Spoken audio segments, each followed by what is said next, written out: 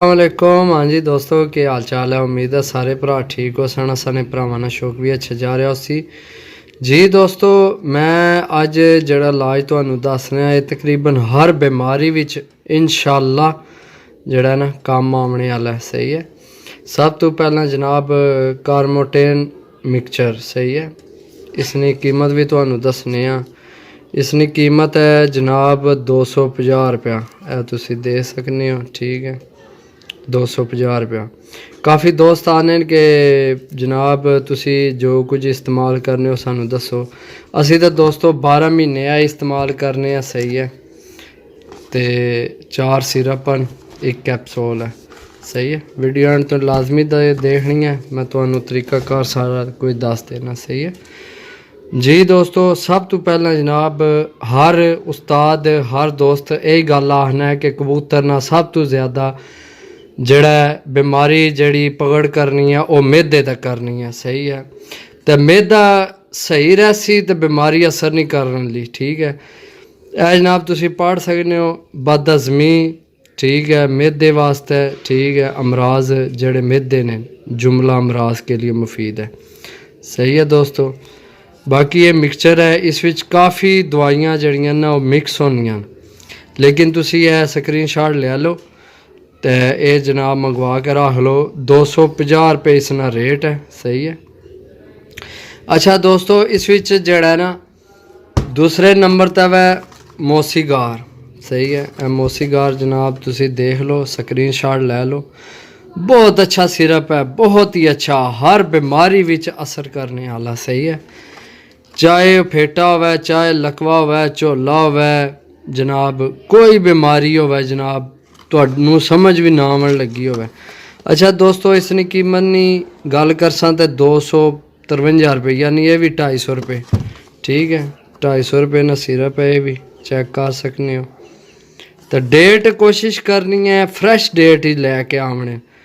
तुसी date check कर सकते हो। एक्सपायर इसकी 2026 विच एक्सपायरी डेट है। सही है। दूसरे नंबर पर सिरप हो गया। तीसरे नंबर पर जनाब ब्रूफैन। ये हर बंदे की पता है, हर दोस्त की पता है। ये इस टाइम इसकी कीमत हो गई है जनाब 107 रुपये। सही है, 107 रुपये इसकी कीमत है। ये जनाब 100 mg 5 ml इस विच मौजूद है। फिर जनाब गल करसा फ्लैजल नहीं। फ्लैजल ना भी हर दोस्त की पता है। सही है। लेकिन ये मैं तुहानू तरीकाकार दसा इंशाअल्लाह तुहाडे कोई कबूतर जनाब मांदे थके नहीं होने। सही है। यह जनाब चेक करो। इसकी कीमत की गल करिए तो 136 रुपया इसकी कीमत है। सही है। यह चेक कर सकते हो, 136 रुपया। ठीक हो गया। अच्छा दोस्तों, बाकी यह जड़ा कैप्सूल है, ठीक है, इसकी गल करसा ये जनाब माक्सल कैप्सूल है। माक्सल है, चेक कर लो। सही है। 2.5 mg है, 2.5 mg। ठीक है, स्क्रीन शॉट ले लो इसनी। सही है। बाकी तरीकाकार दोस्तों ये है कि तुसी एक खाली बोतल लै लैनी है, बिल्कुल खाली शीशी। अच्छा, सब तो पहला जनाब मिक्सर लेना है। ये लेना है 20 cc। कितना? 20 cc। ये 20 cc खाली शीशी विच पाना है। उससे विच है जड़ा 2 cc पाना है, 2 cc ए पाना है, 2 cc ए लेना है। सही है।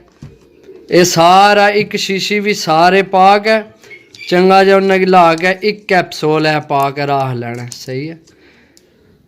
ठीक हो गया। चेक कर लो। तो ये जेल्लै तुसें एक शीशी रा, बाकी जड़ा तुसी कोशिश करो कि ठंडी जगह फ्रिजे विच या कोई ठंडी जगह होवे जिथे तुहाडे सिरप खराब ना होवन। ठीक है। तो बाकी जेड़े सिरप तुसी एक बोतल सारे मिक्स किए होने, वो जनाब एक ढक्कन हर चौथे पंजवें दिन हफ्ते विच एक दफ़ा लाजमी दे छोड़ा करो। तो जिस भरा ने दोस्त ने कबूतर ज़्यादा कमज़ोर होने, सौखे विच होने, वो समझो भी उसने कबूतरां की कीड़े न। सही है। तो वो जड़ा ना ऑक्साफैक्स एक ढक्कन उस विच पा के इस्तेमाल कर सकना। सही है। बाकी जनाब मिलसा अगली वीडियो, तब तक इजाज़त दो। अल्लाह सुनने वाला है। अल्लाह हाफिज़। इंशाअल्लाह अगू भी अच्छी वीडियो लैके हमने रहसा।